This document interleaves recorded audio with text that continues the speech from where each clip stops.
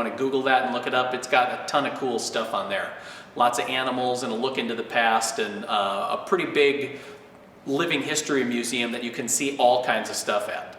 So stay tuned for some more details on that. I do want to give a little sneak peek though that one of our special guest presenters is Ann Briggs, better known as Ann of All Trades. She'll be coming and doing some classes along with a few others, and once we find out those for sure, we're going to share those here. So the first thing that we want to do today is to walk over here and take a look at John's table saw workstation that he's working on. So we're going to do a little flip around with the camera, and then John can explain what he's got going on there.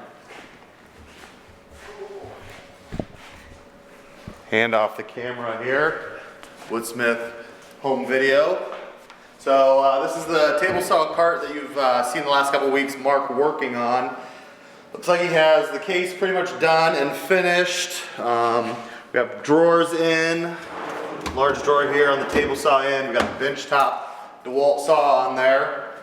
So you can see there's lots of storage going to be involved here. We're waiting on some laminate to finish the tops, but this top will get a router plate set in it, so not only could you use this as a large work surface or outfeed table for your table saw, you can use it as a router table. And then on this end, we're gonna have a section cut out here, and this is gonna be a flip top planer cart. So you can be able to flip that up, use your planer as well. But one of the challenges for this is most planer flip top carts, you can make a bolt to secure it either on the top or the end of it.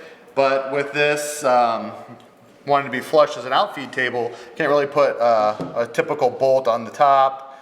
And so I'm working on a custom bolt that will be built into the end here.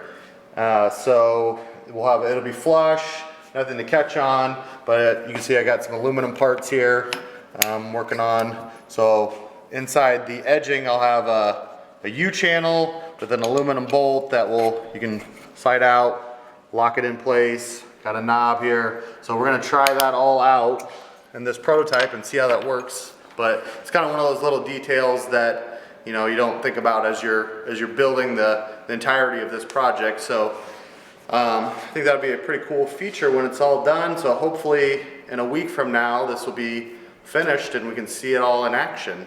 So stay tuned. So we want to go to Dylan. What Dylan's up to. Welcome back, Dylan. Hello, everybody. Just getting back from a much-needed sabbatical. Doing a little workbench takeover here. We're actually over at Steve Johnson's bench, who's been working on the Cradle, which is a project of mine that I designed. As you can see here on the workbench, we've got a series of jigs and/or templates here for the Cradle. So it is, again, very jig dense and template dense for this project, but again, it just makes sure that things run a little smoothly. All your parts are matching up appropriately. Again, they're rather crude right now. This is just kind of the process we go through, and just kind of getting things done here and getting things down to micro adjustments so we can go back into the computer and then hopefully have these jigs modeled for you guys, whether you choose to use them or not, or have your own methods of doing your joinery on the project is kind of up to you, but again, they will be available. But again, this is just kind of a display of some of the things that we use in our process for our projects. It looks like Steve has made considerable progress since I've been gone. We've got material choice picked out. The panels, actually, the entirety of the project for the most part is actually made out of European beech. I kind of chose that just for its structure. It's a denser wood, light in contrast to what we're actually going to use for the panels. So there'll be rails styles, and then there'll be panels within those that are actually going to be made of cherry. Again, being very conscious of the grain pattern in those and making sure that everything is complementary of one another. I think as far as the finish for this, we're probably just going to do probably like a butcher block oil, and then we'll seal it with a catalyzed lacquer.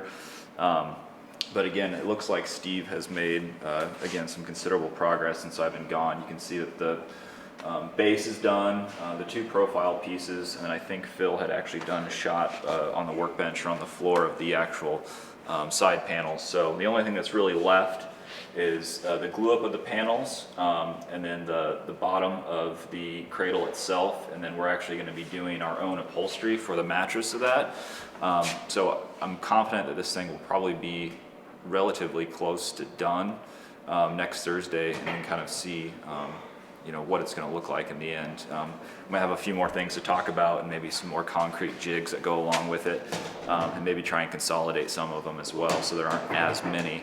Again, we want to kind of keep the form simple, keep the process of constructing it simple. You know, don't want to over design things, and just kind of make it a little bit more of an approachable project. So I've got this going on. Steve's working on it. I'll probably be removing myself from the project a little bit, other than conversing with Steve on some minor detail things. Sometimes things come up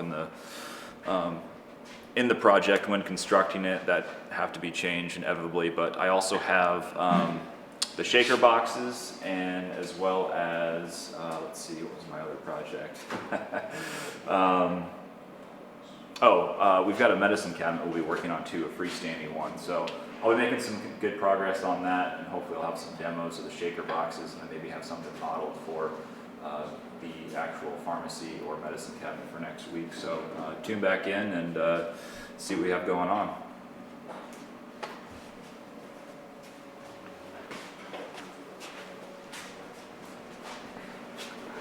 All right, Chris, what's new down on this end? All right, well, thank you everyone for joining us this Friday. I thought I would talk a little bit about today our CNC machine. Now, the last issue of Woodsmith was the first installment of how to build this machine. And our next issue, we're going to have the second installment so you can finish it up. I've been using the machine a lot lately to help make prototypes for some products that we may be offering from Woodsmith. And I've been doing work with a lot of different materials and doing a lot of different things. So I wanted to show you. One of the things that I've been able to cut with our CNC machine is non-ferrous metal, in this case aluminum. You can also cut plastics very easily. And a nice feature is that we can do what's called V-carving, which allows you to do very minute, precise lettering.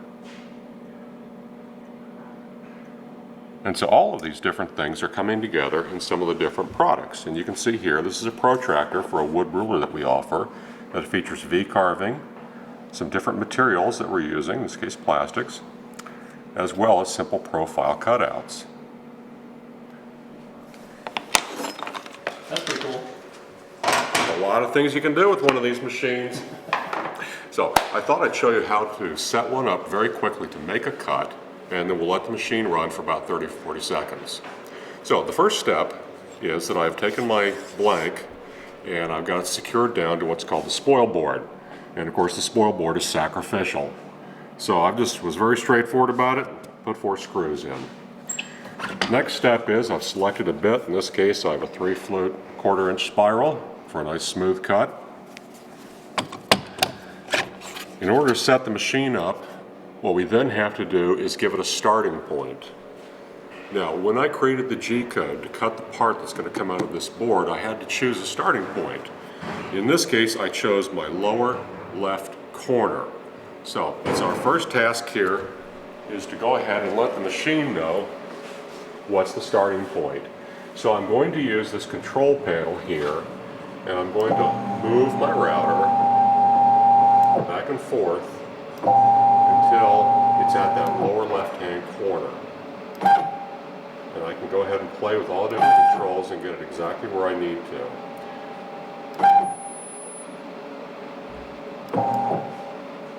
So I'm going to go over here and check and see here about where I am. It looks like I'm pretty close to that very corner with my X and my Y.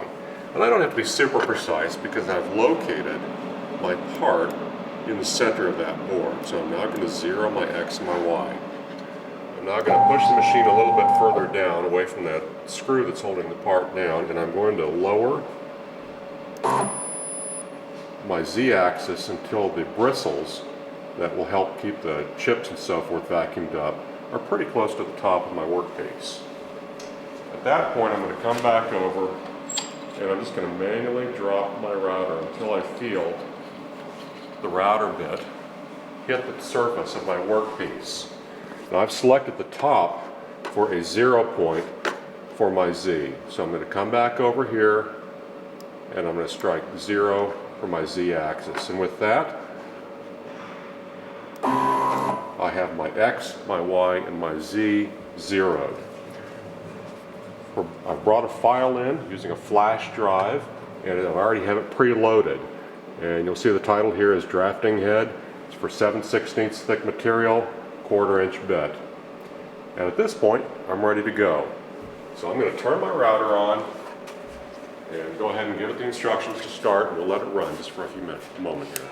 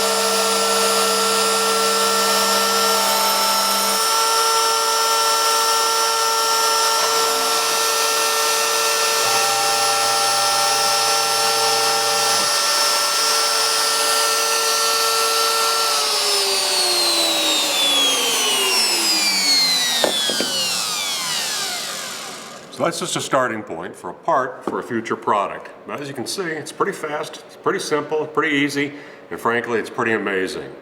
And so, segment 1, how to build your own CNC, is already out there, and segment 2 is coming up soon. So I hope you take a look at it and think about building a CNC for yourself. All right, thanks for joining us, everybody, on this Friday. If you have any other questions or comments about what's going on here at Woodsmith Magazine, or behind the scenes in the magazine shop, or even on the TV show, feel free to let us know in the comments. And speaking of the TV show, we're about halfway through of season 13 filming, which will start airing this fall in Iowa and in many parts of the country, and then usually some other stations pick us up starting around New Year. If your station doesn't carry it, please get on the horn and just let them know about it, and put your money where your mouth is, and support your local PBS station as well. Also, in 2 weeks, we're going to have our Woodsmith Live online seminar where it's going to be a question and answer about the TV show. Chris will be there, I'll be there, and Logan, who isn't here today, will be there as well. So if you have any questions about what it takes to put together an episode of the TV show, be sure to sign up for that. It's at woodsmithshop.com/seminars. Thanks, everybody. We'll see you later.